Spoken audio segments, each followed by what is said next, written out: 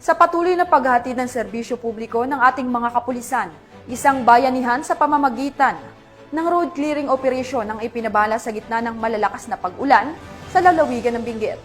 Police Master Sergeant Aline Valerio, ibalita mo. Bilang bahagi ng pagpapatuloy ng road clearing operations mula sa iba't ibang dako ng bayan ng lulugan ng Benguet, patuloy pa rin ang pagsasagawa ng mga kapulisan na kung saan mabilis na responde ang Kibungan Municipal Police Station sa pag-uugnayan sa Municipal Disaster Risk Reduction and Management Office sa pagguho ng lupa sa kahabaan ng Governor Bado Dangwa National Road, Kibungan nito lamang 28 ng Hulyo taong kasalukuyan. Gayon din bilang tugon sa pagguho ng lupa mula sa Atok Municipal Police Station sa pagtulungan din ng lokal na pamahalaan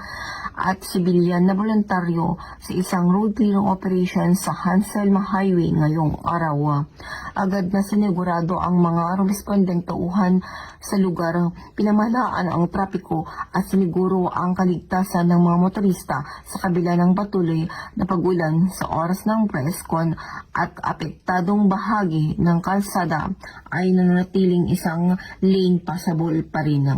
Biglang diin ang insidenteng ito ay malakas na koordinasyon sa pagitan ng mga opisyal ng pulisya at mga tumutugon sa kalamidad na panatilihing madaling mapuntahan ang mga kalsada at pag-iingat sa publiko sa panahon ng mga emerhensya.